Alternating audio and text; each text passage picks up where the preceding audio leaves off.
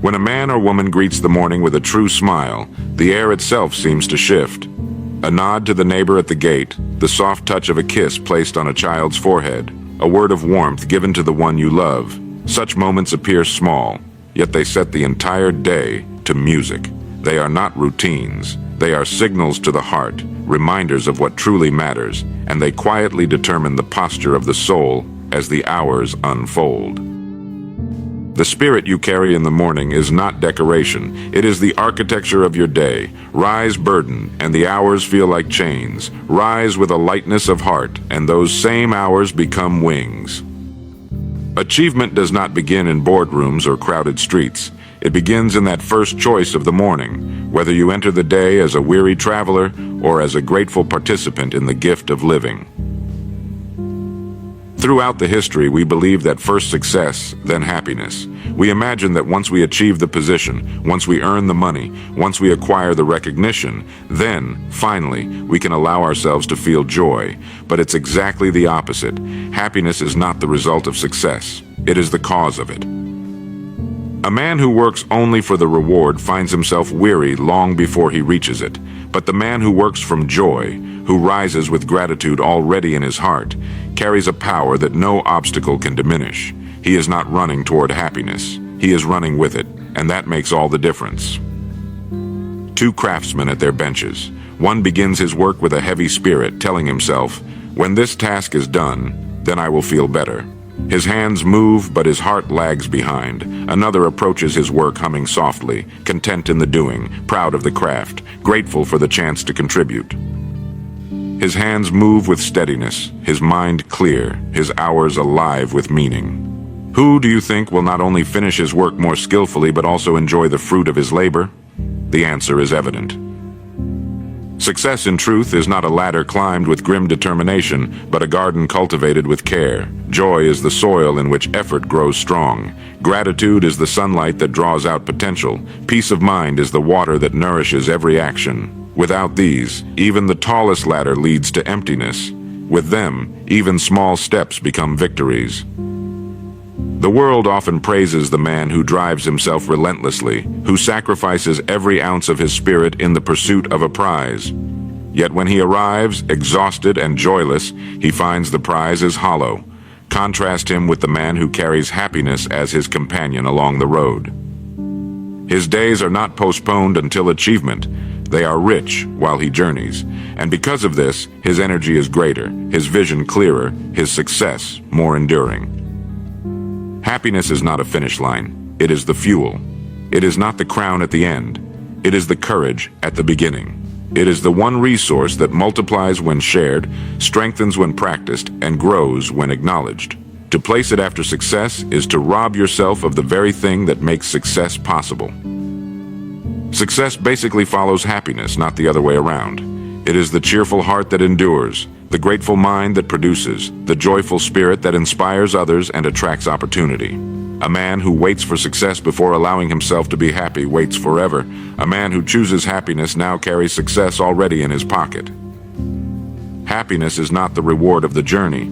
Happiness is the beginning of it, and only those who understand this truth discover that the road ahead is not a burden to be endured, but a song to be sung. One day, one choice, one smile at a time.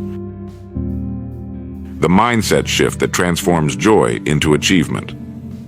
The way most men and women approach life is backward. They say, "When I succeed, then I will be happy." Yet success approached in this manner becomes like a horizon. You walk toward it, but it always seems just out of reach. The promotion arrives, but with it comes new pressures. The purchase is made, but quickly loses its shine. The applause fades, and suddenly another stage must be sought.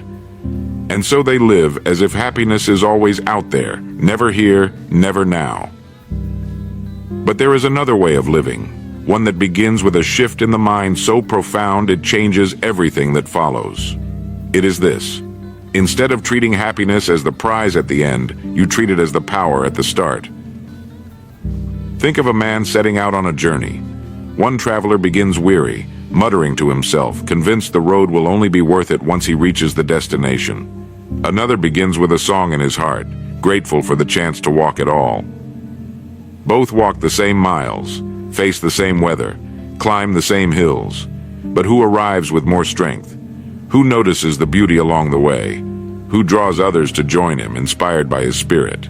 The answer is obvious: the one who carried joy from the beginning. Joy transforms achievement because it changes the quality of effort. Work done under the shadow of discontent becomes toil. Work done with a cheerful heart becomes craft.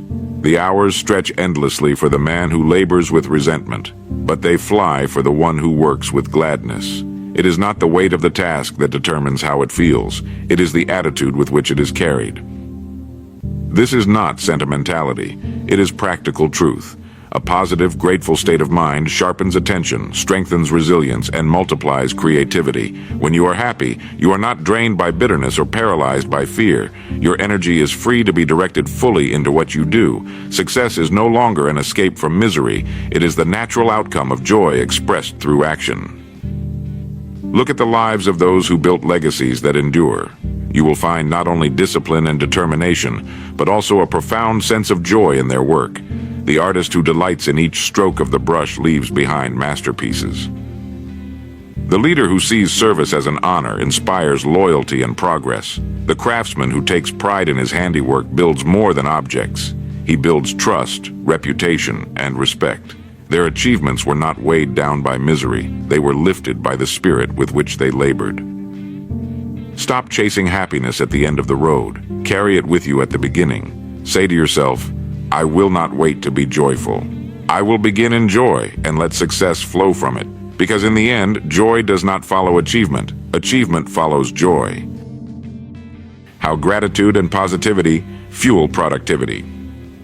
Gratitude is often spoken of as a virtue of the heart, but it is also one of the sharpest tools of the mind. A man who cultivates gratitude sees resources where others see lack. He sees opportunities where others see obstacles. He works not from a spirit of scarcity, but from a spirit of abundance. And because of this, his efforts multiply. Productivity is not merely a matter of time management, it is a matter of energy management. Two men may sit at the same desk for the same number of hours, yet one accomplishes twice as much. Why? Because his energy flows freely, undistracted by resentment, untouched by bitterness, unchained by complaint. Gratitude clears the channels of the mind. It turns the focus away from what is missing and centers it firmly on what can be done with what is present. Positivity functions in the same way. It is not blind optimism. It is disciplined attention. It is the decision to believe that effort counts, that problems have solutions, that today's work is a bridge to tomorrow's harvest. The man who approaches his day with positivity does not waste time arguing with reality. He accepts it, works with it, and improves upon it. His hours are not consumed by complaints. They are invested in solutions. The science of human energy is simple. What the mind dwells upon, the body follows. A man who fills his thoughts with resentment finds his strength diminished. His shoulders droop, his hands grow heavy, his progress slows. But a man who fills his thoughts with gratitude feels his body respond with vigor. His back straightens, his steps quicken, his hands are eager for the task. Gratitude and positivity act as fuel. They transform the same hours into richer harvests. It is no coincidence that the most productive men are often those who begin their days with thankfulness. They know that gratitude is not passive, it is active power. It sharpens attention, multiplies creativity, and draws cooperation from others. People are naturally drawn to those who radiate positivity, and this very magnetism opens doors that force alone cannot push through. If you want greater productivity, begin not with the clock, but with the heart. Fill it with gratitude. If you want to multiply results, begin not with more hours, but with a clearer attitude. Choose positivity. For while skills and tools matter, it is gratitude and positivity that determine whether your effort is a trickle or a flood. Happiness makes a man more productive, but productivity pursued without happiness often leaves him empty. The man who is grateful, positive, and joyful does not simply do more. He does it better, and he enjoys it while doing so. His success is not purchased at the cost of his spirit, it is built in harmony with it. Gratitude fuels, positivity directs, and together they make work not just effort, but achievement. The link between happiness, health, and long-term success. A A man may possess wealth, recognition, even influence, but if he has lost his health, what has he truly gained? What good is the mansion if its owner cannot climb the stairs without pain? What good is the full calendar if the body groans under the weight of fatigue? Happiness and health are not side ornaments to success. They are the very foundation upon which it stands. Happiness is not only a state of mind, it is a medicine to the body. The man who carries joy in his heart carries strength in his step. His immune system is fortified, his energy replenished, his mind clear. Physicians and philosophers alike have long observed that cheerfulness does more to preserve youth and vigor than any tonic or treatment. A troubled mind, on the other hand, drains the body long before age has had its way. Consider the worker who rises each morning dreading the day ahead. He eats quickly, thinks anxiously, and moves reluctantly. His body, hearing this constant command of tension, begins to weaken. Stress carves deep lines into his face, steals hours of rest from his nights, and makes every task seem heavier than it is. Now consider another man who rises with purpose, who greets his work not as punishment, but as a chance to build, to serve, to create. His body responds differently. His pulse steadies. His rest restores him. His effort feels lighter. The difference is not in the nature of the work, but in the spirit with which it is undertaken. Happiness, then, is not a luxury. It is a strategy. It is the invisible hand that protects the body and strengthens the will. Men who cultivate happiness, who find joy in small victories and gratitude in simple blessings, carry a shield against the wear and tear of life. And this shield allows them to persist longer, to endure trials with resilience, and to remain effective over years and decades. For success is not a sprint, it is a long-distance journey. And what sustains the traveler is not merely ambition, but health of body and spirit.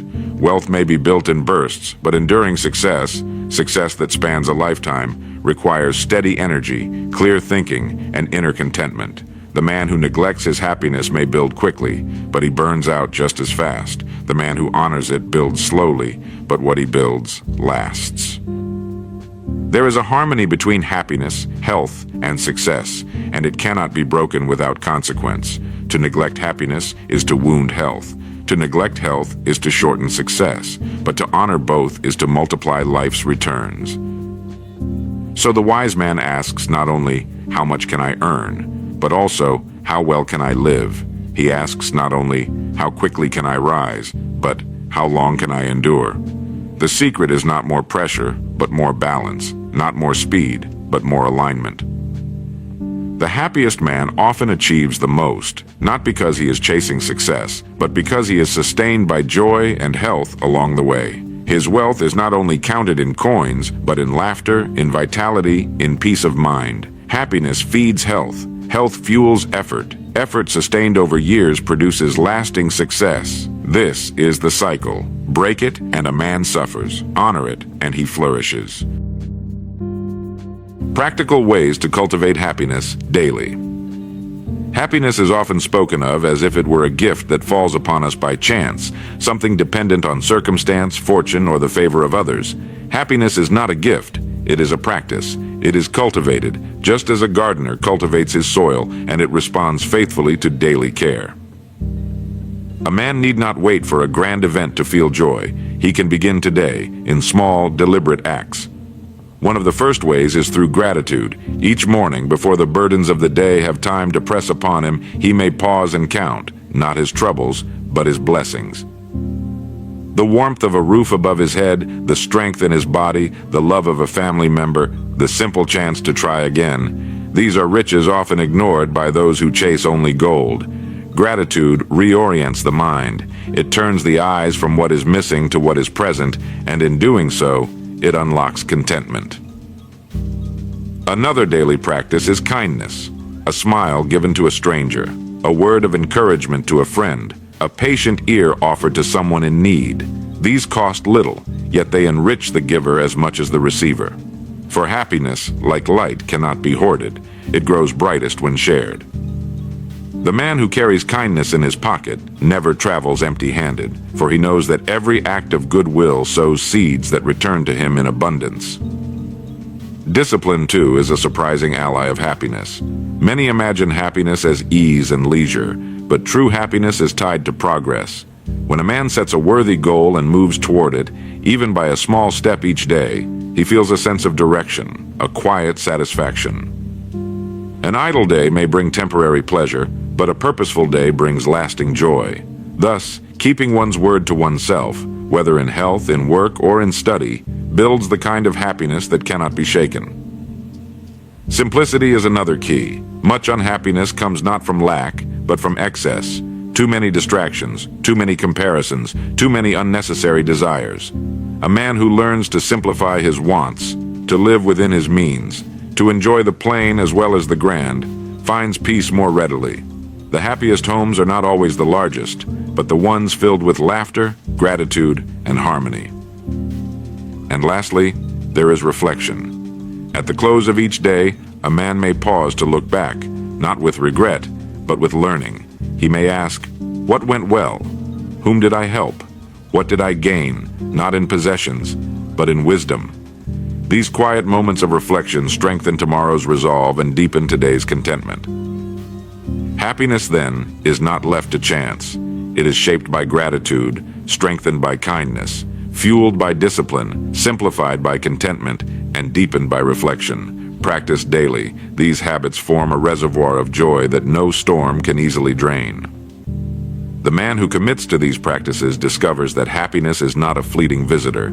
It is a faithful companion, walking with him through the seasons of life. Why true wealth is living with joy and purpose. When most people hear the word wealth, their minds leap instantly to money. They picture vast accounts, grand homes, gleaming automobiles, and treasures locked away. But ask yourself this: what is the value of riches in the bank if the owner rises each morning with dread in his heart? What is the worth of a fortune if the man who holds it has no peace of mind, no harmony in his home, no sense of meaning in his days? That is not wealth. It is poverty disguised in gold. True wealth begins where money ends. It is measured not by the weight of one's possessions, but by the lightness of one's spirit. The truly wealthy man is not the one who has accumulated the most, but the one who wakes each day with joy, lives each hour with purpose, and retires each night with peace. He may or may not have riches, but he has something money cannot purchase, a life that feels worthwhile. Purpose is the compass of wealth. Without it, life becomes a restless wandering, endless striving without satisfaction. A man may labor tirelessly, climbing higher and higher, only to find he has scaled the wrong mountain. But the man with purpose knows why he works, why he strives, and why he sacrifices. Every effort gains meaning, every setback becomes instruction, and every victory tastes sweeter, because it is aligned with something greater than self. And joy, simple, radiant joy, is the currency of this kind of wealth. A child's laughter, a quiet walk in the evening air, the satisfaction of work well done, the love of family and friends, these cannot be purchased, yet they enrich the heart more than any vault of gold. The man who can pause to feel gratitude for these gifts is already rich, regardless of his bank balance. The tragedy of our age is that so many chase symbols of wealth while neglecting its essence. They exhaust their health in pursuit of money, only to spend their money later trying to buy back their health. They sacrifice relationships for ambition, only to discover too late that relationships are the very fabric of happiness. They wait for joy to arrive after success, not realizing that joy itself is success. Real wealth is living in such a way that, when the end comes, a man can say not only, "I made a living," but also, "I lived well." It is to leave behind not merely possessions, but memories, wisdom, and love. It is to be remembered not for what you owned, but for who you were and how you lived. Purpose directs us. Joy sustains us. Together they form a kind of wealth that time cannot erode, that loss cannot strip away, and that death itself cannot diminish. This is the fortune available to every man and woman willing to pursue it, not in distant tomorrows, but in the choices of today. So happiness is not the reward at the end of success. It is the foundation on which success is built. Wealth is not in what we hold, but in how we live. Begin each day with joy, walk it with purpose, and you will already have the richest life a man or woman can own.